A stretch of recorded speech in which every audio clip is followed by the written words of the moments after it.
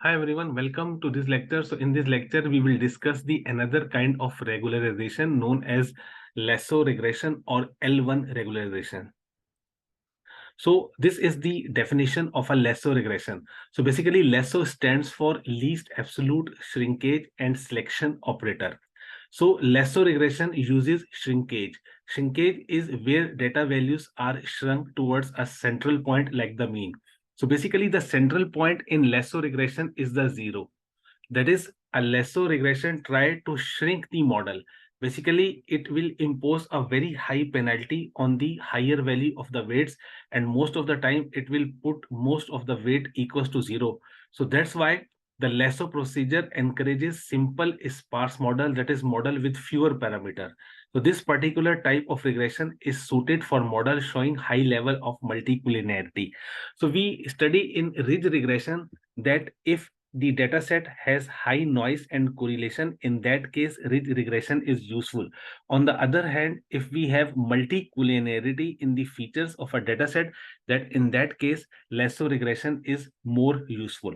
So the lasso regression use absolute value of the penalty rather than the squared value. That's why it is also known as L1 regularization.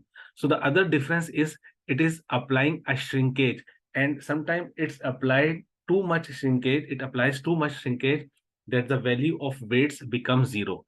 And if you remember in the ridge regression, we always try to keep all the features. We do not make the weights equals to zero. We will try to adjust the value of weights so that every feature contribute equally. But here, those features which tries to dominate too much or those features which are multicollinear feature will end up getting the value of weights equals to zero. So what is the concept of multicollinearity? What is multicollinearity that happens when we apply lasso regression? So this is very important concept and it will be used in the coming sections as well. So multicollinearity occurs when two or more independent variables or features of the data are highly correlated with one another, and they can be written as a linear combination of each other and therefore can be predicted from one another. So suppose we have three features x1, x2 and x3. Then multicollinearity exists if two or more features are dependent on one another. That is, if I have x1, x2 and x3, and if I can calculate the value of x3 based on x1 and x2, it means x3 is dependent on x1 and x2. In that cases, these three features are called multicollinear feature. So we need to avoid multicollinear feature because multicollinear features create the redundancy in the dataset. They also become the noise of the dataset. In that case, our model learn again and again the same kind of feature. So basically, if the features are multicollinear, they are dependent on each other and they are not providing any extra information or any extra information about the pattern of the data set. So in this equation, A1 and A2 are the constants. So this is the example of multicollinear feature. If we can see that if this is our x1, this is our x2, and this is x3, so x3 can be written as in the form of x1 and x2. That is, if I use this equation and if I put a1 and a2 both equals to 1, in that case, if I add 1 plus 2, I will get 3. If I add 1 plus 4, I will get 5. And similarly, if I add 1 plus 6, I will get 7. Now here the situation is different. So if I put a1 is equals to 0, then in that case, and a2 is equals to 1, in that case, x3 will be equals to x2. That is, this feature is repeating here. So the repeated features are also known as multicollinear feature. So we can see that this feature matrix is the multicollinear matrix because it has features which are dependent on each other. When we have many multicollinear features in our dataset, in that case, in order to avoid the overfitting, we use lasso regression. So this is the equation of lasso regression. If you compare this with the ridge regression, we saw in ridge regression, there was a square on the weights. That is, ridge regression imposes a squared penalty on the weights. But in lasso regression, the penalty is equals to the absolute values of the weight. So this type of regression can result in sparse models. A sparse model means the simplified model where few of the weights associated with the dominant features may be equals to 0. So the larger penalties result in coefficient values closer to 0, which is ideal for producing simpler model. So the lasso regression is useful.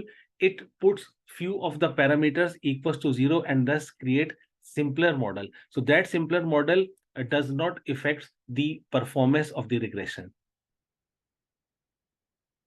So these are the few cases about the lasso regression. So lasso regression also has a parameter called lambda, which controls the amount of regression or the amount of penalty.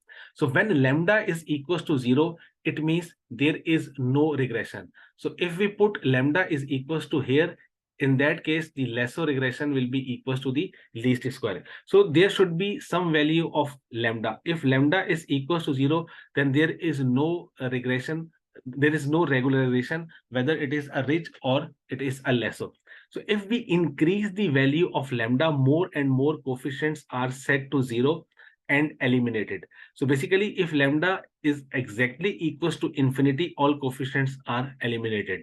So first of all, we need to understand why lambda increases. Lambda increases when the value of weights tends to decrease. So if we keep on increasing the value of lambda, the value of weights becomes 0. So if there are no weights associated with the feature, in that case, there is no relationship between the y and that feature, because weight is the quantity which establishes the relation between y and a particular feature. So if weight is 0, it means that feature has no influence on the target variable or y.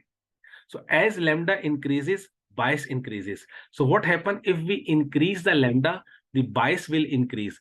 The bias will increase means when we increase the lambda, then it will oversimplify the model. When the model is oversimplified, error will be increased. It means it will get a high bias value. On the other hand, if lambda decreases, the variance increases.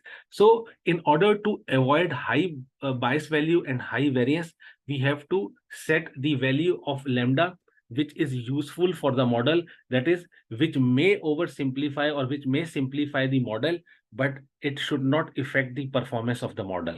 So in this lecture, we study the lasso regression. So lasso regression is different from the ridge regression because it apply L1 penalty. So rather than imposes a square penalty on the weights, so lasso regression use the absolute value. So in this way, by applying the absolute value, it tries to shrink few of the parameters. When it shrinks the parameter, the model become a simple.